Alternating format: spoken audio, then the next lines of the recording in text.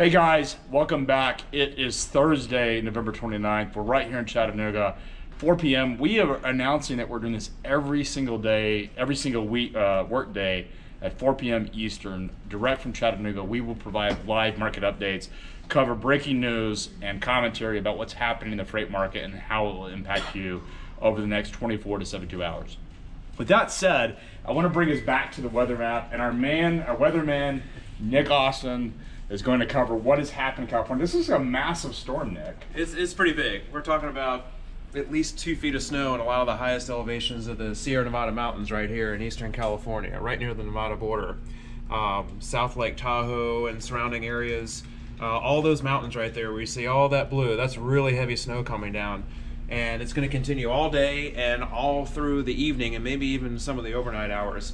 Now, just to the west in the Sacramento Valley, you see a lot of pockets of heavy rainfall, and that rain is falling over a lot of where a lot of wildfires had burned, so what we call burn scar areas. So there's a lot of debris left over from those fires, and there could be that debris could kind of flow down into the valleys in the Sacramento Valley into some areas, could end up blocking some roadways and affecting some neighborhoods there. So that's going to be a problem as well for today and into the night. Now, this whole storm, by Friday night and into the first part of the weekend, that whole storm is going to move out into the Midwest region of the country, possibly as another blizzard. So we're going to have to watch for that. There could be a lot more snow Friday night and Saturday in the Midwest, as well as a lot of snow, wind. So Nick, where do you expect the blizzard conditions to be, and where will it impact drivers? It's mostly going to be across the Dakotas, into Iowa, possibly the Chicago metro area again as well, especially as far as wind. So Great Plains areas are always this time of year somewhat subject to market conditions. Chicago will have a big impact on the broader. I mean, Chicago is one of those markets that what takes place in Chicago reverberates through the entire freight economy. So we'll see how that plays out. Zach, what are you seeing, whether it's weather or just overall, what's happening right now in the market? So one of the big things that's been happening over the last month or so is this port volume influx in the LA market. If you noticed while Nick was talking, there's this big red chunk, and that is the Ontario market, which is it encompasses part of LA. What index are you looking at? This is the Headall Index, and I'll explain what that is real fast. So the Headall Index is essentially the difference between outbound and inbound volumes. So when you have outbound volume exceeding the inbound volume for a period of time, you're exposed to potential capacity shortages. So when there's too much outbound happening over a long period of time, trucks have to deadhead into the market, the rates will go up eventually, and what you're seeing right now is this huge influx of inbound trucks. The LA market is hard to cover because you have this vast expanse of no population, and trucks to reposition into the LA market take weeks to get out there once they figure out that there's this huge volume of freight coming out of the market. So LA, over the last couple of weeks, has now crossed the line where you can no longer order something from China and make it to the store shelves by Christmas Day. So you're actually seeing that in the volume numbers that you were showing me earlier. Do you have that pulled up? Or I can. Yeah, that would be great. So you talked about just the fact that because ports the way that they work, people are importing product. If it's not already into the supply chain, it will not make it. It's not going to make it to the shelves, and we also have the tariff impact on January 1st. So I mean, look at this chart. It's pretty. It's actually pretty ugly in terms of Headall. So Headall is really the balance of inbound versus outbound loads. Right. So and it dropped from what 140 before Thanksgiving down to what is that number? 54. That's a really drastic drop, and that's just a balance of inbound to outbound trucks, right? Exactly. So you're basically going to eventually see this oversupply in the market. So what does that do for pricing as it relates to outbound LA? What do you eventually think? The rates start coming down. You think it's eventually? Or you think it's pretty quick? I think it's probably going to happen real soon. So when DAT paints the screen next week with the report, do we expect to see some drops in spot rates? For sure. But that's LA. Is the broader market? What are the conditions look like for the broader market? The broader market is kind of returning to this normalized state of being after Thanksgiving. It's pretty standard this time of year. You have this run up of rates right before Thanksgiving as shippers are trying to get out of town. Carriers are coming offline, and then right after Thanksgiving, everybody comes back online for a period of time, and it takes a little while for that volume to kind of come back as service becomes more of an issue. I mean, I'm looking here at the scrolling ticker that you've got pulled up on DAT's van spot rates. That 81 cents a mile from Dallas to LA is pretty drastic. But of course, LA to Seattle is not surprising that it's high. But you're seeing a lot of activity in the market. One of the things that we were looking at earlier actually relates to flatbeds. Flatbeds have had this sort of really strange year, and I did want to point or ask something.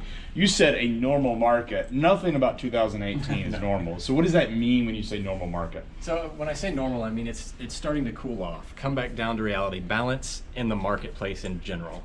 So that means that if I need a truck in Nashville, there's a truck in Nashville. What does it do for pricing then? Balance means that rates come back down to standard levels. They're So we're not going to have volatility starting to go away from the market. Less right? volatility In means spot lower rates rates. specifically, Yes, right? yes. But contracts, one thing that is discussed is a lot about contracts for a spot. Contract rates is really just a reflection of volumes, right? At the end of the day, and sort of where rates are at, or in straight selection. In general, yes, volume is like a big impact of it, but it's also a matter of, carrier sentiment. Like if they think they can get a better price for moving a load somewhere else, they will also reject that load to go to the spot market. Got it. Yeah. So let's talk a little bit about flatbed. We did mention it. Interesting chart right here on flatbed. Looks like your tender reject. Can you describe what tender reject is again? So tender rejection, so anytime a shipper sends over a load tender, the carrier has the ability to either accept or decline that load. The more the carriers are declining their loads, the less availability or capacity is in the market, which drives rates up. And this is data within the past 24 hours, right? So we're Correct. not looking at stuff that's painted a month ago, whatever. And you're literally looking, if I look right here, I mean, it looks like mid-September, someone in the flatbed market just turned off the faucet and said, we're done, right? That's what it looks like. Yeah, no, flatbeds have been like hot for the early part of the year for sure, but they've been kind of on this gradual decline throughout the summer, and then all of a sudden in September it just turns off. And flatbed is kind of like this industrial economy, construction, heavy kind of production market. Is that seasonal though, or do you think there's something more macro going on? There's certainly a seasonal component to flatbed because over the winter they kind of shut down, they turn in their flatbeds and they start hauling. Nobody wants to be doing, I mean, construction, particularly in the Northeast. Northeast, stuff drops off Midwest, where a lot of the population is, they don't build in the winter. Okay. So there's a lot less activity in terms of like wood movements and things that flatbeds do. They're certainly not building outdoors. They may be No. finishing homes, putting in carpet, things like, so you typically, the building Even- cycle goes from what, April, May to It September? basically dies in October, November every year. Okay. You've got this May to November cycle, even in the finishing stuff, like carpet specifically dies. Okay, Yeah. got it. So going back to the chart, we were showing just how drastic, it looks like in the last week, right? That's where you've seen the increase. And so what do you think is driving that? Well, it's interesting because over the last week, the rest of the country's kind of done the opposite. So flatbeds going up this time of year is kind of puzzling because the type of products that they move. I think one of the things that we've heard is JP can talk to it. Probably. Yeah, so I just got off the phone with Asa Shirley, a broker who's running Arrive's brand new office in Chattanooga, and he's something of a flatbed expert. And basically what he said is that, to Craig's point, nothing about 2018 has been a normal year in freight. Flatbed carriers, anticipating a regular seasonal slowdown, have taken their trailers off the market. They pulled capacity, but the volumes are actually still pretty robust, and that's created an imbalance. And that's one of Asa's theories for why we're seeing elevated turndowns right now at this point of the year. So, I mean, a lot of stuff's happened in the market. This has been a really sort of, I wouldn't say a bizarre year, but it certainly means that having data and armed with data will tell you a lot about what's happened in the market. One of the things that I always look at is just the overall spot volatility in the market really will show up in rate data, and that's what we're seeing.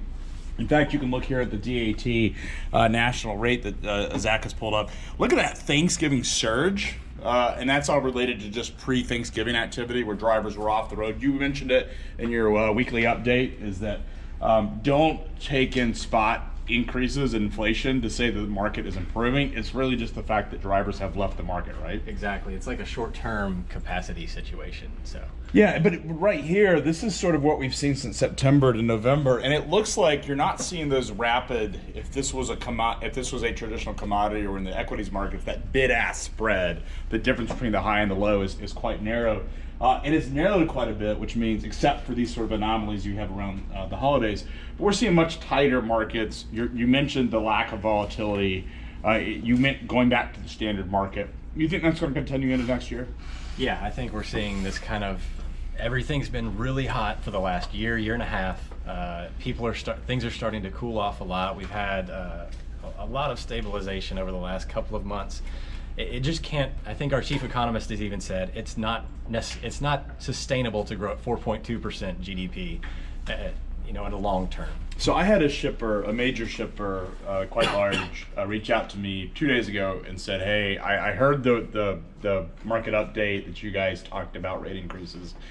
We've said 3% is probably about as good as it's going to get." I mean, Zach, is that consistent with your view based on what we're seeing right now? Yeah, I think we're getting back to the whole 2 to 3% kind of standard cadence deal over the next little bit. Now should carriers be concerned about next year? The employment number is sort of interesting, right? Yeah, no.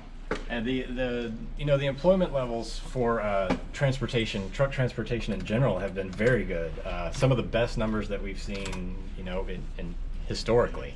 What I have pulled up here right now is kind of our new index that'll estimate and give you kind of a heads up over what those employment levels are potentially doing. Now, this is not taking in direct government data. This is estimating the government data on a daily cadence. Exactly, right? It's estimating. And how do we drive that?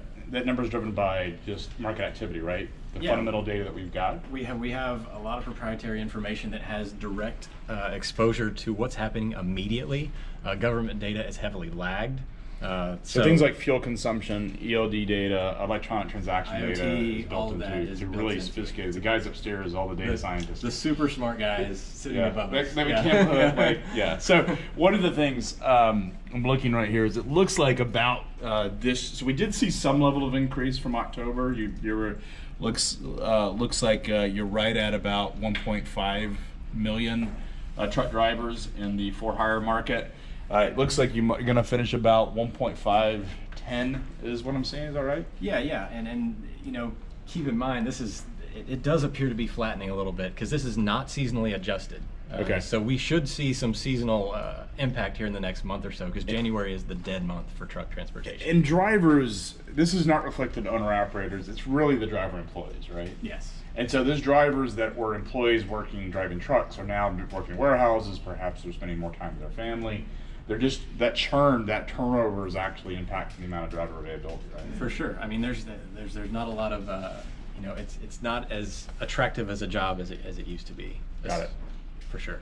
Well, this has been really interesting, guys. I really appreciate today. Tomorrow we'll have another update to talk about what's going into next week. We'll go a little bit longer into the outlook for next week. Monday and Tuesday I will not be here, but George Abernathy will be leading the conversation with our team. Really appreciate you guys. Thanks for everything. And tune in tomorrow at 4 p.m. Eastern. The best way and the fastest way to get access to this data is off Twitter. It will be posted to Twitter right at 4 p.m. Eastern. It will also be on LinkedIn and Facebook, but Twitter has a really fast pipe. So tune in to Twitter, tune in to LinkedIn, and really appreciate you guys. Thank you. Thanks, guys.